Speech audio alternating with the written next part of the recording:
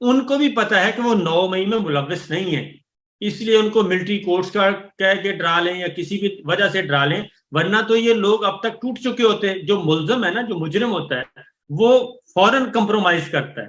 تو ان میں سے علی محمد خان ہیں، شہریار افریدی ہیں، میاں محمود رشید ہیں، پرویز الہی ہیں، یاسمین راشد ہیں، عالیہ حمزہ ہیں، عمر سرفراز چیمہ، اعجاز چودھری ہیں، عامر ڈوگر ہیں، فردوس شمیم نقوی ہیں، عمران ریاض خان ہیں. تو یہ جب ہے ہی نہیں تو وہ کیوں کریں؟ تو اس لیے اب خان صاحب نے بھی کہہ دیا کہ جی بالکل میں تیار ہوں ملٹری کورٹس کے لیے. اب جب انہوں نے کہہ دیا کہ میں تیار ہوں اور ساروں کو دکھایا جائے، تو میرا خیال ہے کہ یہ ایک وہی بات ہے کہ ایک پریشان کرنے والی بات ہے کہ 44 مقدمات یا بیک جنبش قلم 44 مقدمات درج کر دیے گئے. اس کا یہ بھی مذاق ورلڈ اڑایا ریکارڈ ہی جا ہے، رہا ہے. ویسے ورلڈ اس کا ریکارڈ ہی ہوگا مذاق کہ 1-2 گھنٹے کے اندر اندر 44 مقدمات. جی 40 مقدمات اور ایک حکم کے تحت، اور پورے 4 مختلف ضلعوں میں 4 ڈسٹرکٹس میں 44 مقدمات. اب آتے ہیں اس سے جڑا ہوا ہے معاملہ، یہ جو آپ کا ہے اگلا سوال تھا کہ سپریم کورٹ میں اگر یہ کیس اتنا ہی مضبوط ہوتا پی ٹی آئی پہ پابندی لگانے کا، تو اب تک تو فیڈرل گورنمنٹ جو ہے وہ ریفرنس بنا کے بھجوا چکی ہوتی. کیونکہ پروسیجر یہ ہے نا، پروسیجر یہ ہے کہ الیکشن کمیشن اور فیڈرل گورنمنٹ پھر بھیجتی ہے پریزیڈنٹ صاحب کو، پریزیڈنٹ صاحب بھیجتے ہیں سپریم کورٹ کو، اور وہاں پہ پھر سپریم کورٹ الٹیمیٹ ڈیسیجن کرتی ہے. انہوں نے کیا کیا ہے، ایک پیٹیشن فائل کر دی ہے، اور پیٹیشن کا مقصد بھی بنیادی طور پہ وہی ہے کہ پریشان کرنا ہے، تنگ کرنا ہے. میڈیا ٹرائل اور کرنا، پریشان کرنا، پریشر ڈالنا، ماحول ایسا بنانا کہ شاید عمران خان ڈر کے انارو مانگ لے اور ملک سے باہر چلا جائے. لیکن صابر صاحب یہاں میں آپ کو انٹرپٹ کروں گا، اس پٹیشن نے ایک اچھا کام کیا ہے. اس پٹیشن نے ایک اور راز کھول کے سامنے رکھ دیا ہے جو شاید پہلے ہمارے سامنے نہ ہو، اور وہ راز یہ سامنے رکھ دیا ہے کہ اس پٹیشن کی وجہ سے آپ یہ کہہ سکتے ہیں کہ ایک 24 مارچ کو ایک خط لکھا خواجہ آصف صاحب نے، اور وہ خط لکھا انہوں نے چیف جسٹس عمر عطاب بندیال کو، اور اس خط میں وہ کہتے ہیں کہ میری وزارت نے مجھے بتایا ہے کہ عمران خان اور ان کی پارٹی نے بڑے سیریس حملے کر دیے ہیں، الزامات لگا دیے ہیں، آفیسرز اور ان کی فیملیوں کو ایٹ رسک ڈال دیا، پرووک کر دیا ہے. تو یہ نہیں کہا کہ ان کے خلاف کوئی ایکشن لیں یا کچھ، بس آپ جوڈیشری کے ہیڈ ہیں تو میں آپ کی انفارمیشن میں لانا چاہتا تھا. اب وزیر دفاع اس طرح کا خط چیف جسٹس کو تو لکھ نہیں سکتے، کیونکہ وہاں آپ یا تو پٹیشن کر سکتے ہیں یا کوئی ریفرنس بھیج سکتے ہیں. یہ کوئی متحد ادارہ تو ہے نہیں، نہ ہی یہ کوئی ساتھی ادارہ ہے کہ جس میں آپ ایک لیٹر لکھ دیں کہ جی فار یور انٹیمیشن جو ہے نا جی وہ صابر شاکر صاحب کا نام ECL میں ڈال دیا گیا ہے. یہ تو چیف جسٹس آف پاکستان ہے، ان کے سامنے یا ریفرنس جانا ہے یا پٹیشن جانی ہے. تو یہ خواجہ آصف کا جو 24 مارچ کا 9 مئی سے دیکھیے کتنا پہلے کا لیٹر ہے جو اس پٹیشن سے برآمد ہوا ہے، یہ چھپایا ہوا لیٹر تھا. یہ بندیال صاحب کو جو لیٹر بھیجا گیا اس سے تو یہ چیز واضح ہوتی ہے کہ 9 مئی کی پلاننگ یہ خواجہ آصف اور رانا ثناء اللہ بہت پہلے کی کر چکے تھے اور یہی کام چاہتے تھے. اور بندیال صاحب کو یہ جو لیٹر لکھا تھا اس کی اور تو کوئی منطق سمجھ نہیں آتی، نہ قانونی حیثیت ہے اس کی. یہ بنیادی طور پر بندیال صاحب اور جوڈیشری کے اوپر پریشر ڈال کے فیصلے کروانا تھا مرضی کے. اس پر آپ کیا کہتے ہیں؟ اس میں ایک اور بات بھی ایڈ کر لیں کہ اون چودھری ہمارے بہت اچھے دوست ہیں. اون چودھری لندن بھی آئے تھے اور لندن بھی ان کی ملاقاتیں ہوئی تھیں، اور پھر اون چودھری کی ذاتی حیثیت نہیں ہے بلکہ اون چودھری اس وقت وزیر اعظم شہباز شریف صاحب کے معاون خصوصی بھی ہیں. تو اس لیے یہ ذہن میں رکھیں کہ یہ صرف اون چودھری کا ایکٹ نہیں ہے بلکہ یہ PMLN اس میں شامل ہے، PMLN کی لیڈرشپ، اور اس کے ساتھ پرائم منسٹر شہباز شریف صاحب خود، کیونکہ جس کابینہ میں اون چودھری معاون خصوصی ہیں اسی کابینہ کے وزیر خارجہ صاحب جس کا آپ نے ذکر کیا. تو یہ آپس میں انٹر لنک ہیں، یہ کچھ سوچ سمجھ کے تھاٹس ہیں ان کے. اب ایک طرف یہ ہے، دوسری طرف اب 184(3) کے تحت انہوں نے فائل کی ہے. اب اس پہ دیکھتے ہیں کہ اعتراض عائد ہوتا ہے یا اس کو سنا جاتا ہے، اور اگر اس کو سنا جاتا ہے تو پھر فیڈرل گورنمنٹ کیا کہے، کیونکہ پروسیجر اڈاپٹ نہیں نہ کیا گیا. باقی تو چھوڑیں، یہ پروسیجر ہی اڈاپٹ نہیں کیا گیا. جو ایک پولیٹیکل پارٹی کو آپ فارغ کرنے کا ایک پروسیجر ہے وہ درج ہے، اس کے باقاعدہ پولیٹیکل پارٹیز آرڈر ہے، آئی تھنک 2002 ہے شاید. اس میں یہ پرویز مشرف صاحب کے زمانے میں آیا تھا امینڈڈ، تو اس میں یہ سارا پروسیجر طے ہے. تو اس لیے یہ ایک سازشی تانا بانا تو ہو سکتا ہے، اور کسی کے کہنے پہ کسی کے کہہ دیا اور یہ پیٹیشن رکھ دی گئی، اس پہ اعتراض فائل ہوتا ہے نہیں ہوتا، یہ دیکھنا پڑے گا. آئی تھنک اس میں کوئی ورتھ نہیں ہے. نہیں، یہ بات آپ کی ٹھیک ہے، لیکن اس میں ایک ساتھ ساتھ اور چیز کی طرف بھی میں نشاندہی کرنا چاہ رہا تھا. وہ الیکشن کمیشن آف پاکستان کے اندر ایک کام ہو رہا ہے، انہوں نے نئے انتخابی نشانات کے بارے میں اپلیکیشن مانگی ہیں. نارملی جب ابھی حال ہی میں الیکشن ہو چکے ہیں تو ایسی اپلیکیشن مانگی نہیں جاتی صابر صاحب. یہ اپلیکیشن مانگی گئی ہیں. میری اطلاع یہ ہے کہ بلے کا نشان کسی اور کو دینے کی سازش جو ہے وہ تیار کی جا رہی ہے کہ بلے کا نشان کسی اور کو دیا جائے. اس کے بارے میں آپ کیا کہتے ہیں؟ یہ اگین میں کہوں گا کہ یہ خواہش ہو سکتی ہے، کوشش ہو سکتی ہے، لیکن بلے کا نشان کسی اور کو مل نہیں سکتا. وہ ہے پاکستان تحریک انصاف کا، اور ابھی تک پاکستان تحریک انصاف کے نام کی کوئی اور جماعت نہیں ہے. نہ ہی پاکستان تحریک انصاف تحلیل ہوئی ہے، اور نہ ہی فوری طور پہ اس کے تحلیل ہونے کا امکان ہے. یہ ہنوز دلی دور است، یہ سازشوں کے تانے بانے ہیں، یہ پریشان کرنے والی بات ہے.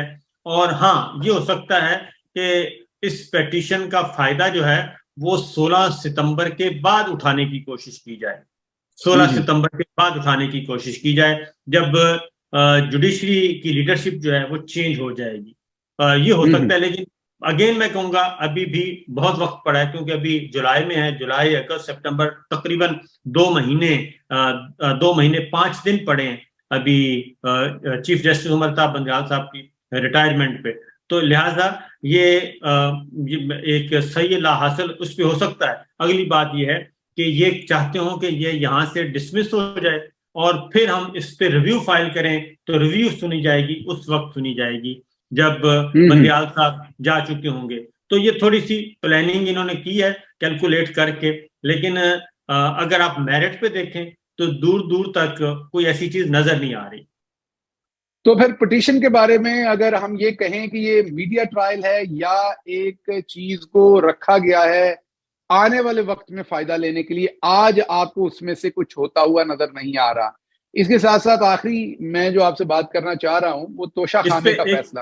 اس پہ ایک بات بتا دوں کہ وہ ہم جب کوئی ایگریمنٹ کرتے ہیں نا، کوئی بیان شان لکھتے ہیں، تو اس میں ایک آخری لائن لکھی ہوتی ہے، تحریر لکھ دی ہے تاکہ سند رہے اور بوقت ضرورت کام آئے. ضرورت کام آئے. صحیح ہے، صحیح ہے. اچھا، اس میں ایک اور بات آپ سے میں نے کرنی تھی کہ یہ جو عمران خان صاحب نے آپ کے سامنے، جسٹس عامر صاحب نے توشہ خانہ کے کیس کو ختم کرنے کی بجائے پیچھے ریمانڈ کر دیا واپس کہ وہی جج دلاور صاحب دوبارہ سنیں.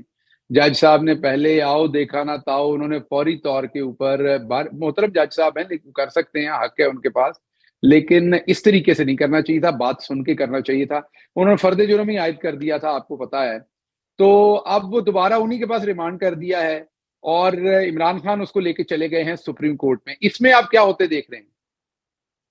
دیکھیں، وہ کیس جو خواجہ عارف صاحب جو ہے نا، یہ بہت مستند اور منجھے ہوئے بیٹسمین ہیں اور اچھے فوجداری کے وکیل ہیں. انہوں نے جو بنیادی نقطہ اٹھایا ہے نا، وہ بڑا ویلڈ ہے کہ یہ دیکھا جاتا ہے خاص طور پہ کہ جو پروسیجر اڈاپٹ کیا گیا وہ درست ہے یا نہیں. کیونکہ جسٹس قاضی فائز عیسیٰ صاحب کا ریفرنس جو واپس ہوا تھا اور وہ سارا سیٹ اسائیڈ ہو گیا تھا، سپریم کورٹ نے کیا تھا، اس میں یہی تھا کہ جو ایسٹس ریکوری یونٹ ہے اس کی کوئی حیثیت نہیں ہے، اور اس نے یہ سارا کام اس نے کیا ہے، اور اس کے پاس یہ اتھارٹی نہیں تھی، انلیگلٹی تھی. تو اسی طریقے سے یہ جو توشہ خانہ ہے، توشہ خانہ بھی سیکٹری الیکشن کمیشن نے ایک بھیجا. اب اس کا پروسیجر بالکل مختلف ہے. پورا سیکٹری الیکشن کمیشن کا مطلب ہے چیف الیکشن کمیشنر اور باقی ممبر، پوری کی پوری اتھارٹی بیٹھتی ہے، پھر آرڈر پاس کرتی ہے اس کے اکارڈنگلی.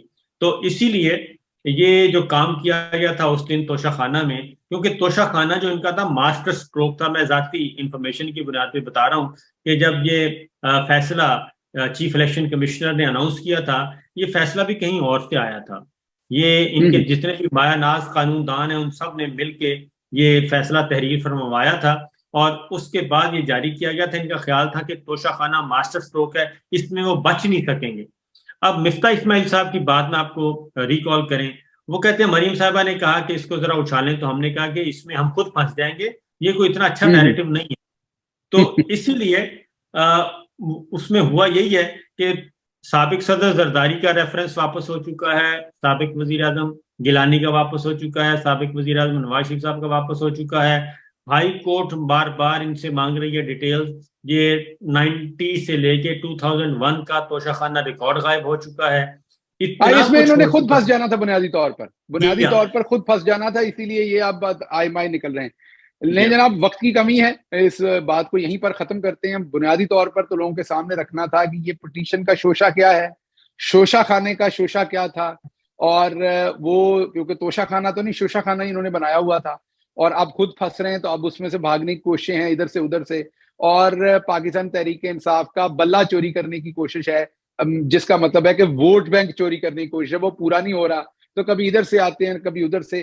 آخری خواہش تھی کہ عمران خان کسی طریقے سے NRO مانگ لے، اور جب وہ ملک سے جائے تو ہم کہیں دیکھیں جی وہ بھی چلے گئے نواز شریف کی طرح، تو ووٹ بینک خراب ہو جائے، وہ بھی نہیں ہوتا نظر آ رہا. تو ناکامی نظر آ رہی ہے ساری. بلہ کبھی بھی چوری نہیں ہوتا، وکٹیں چوری ہو جاتی ہوتی.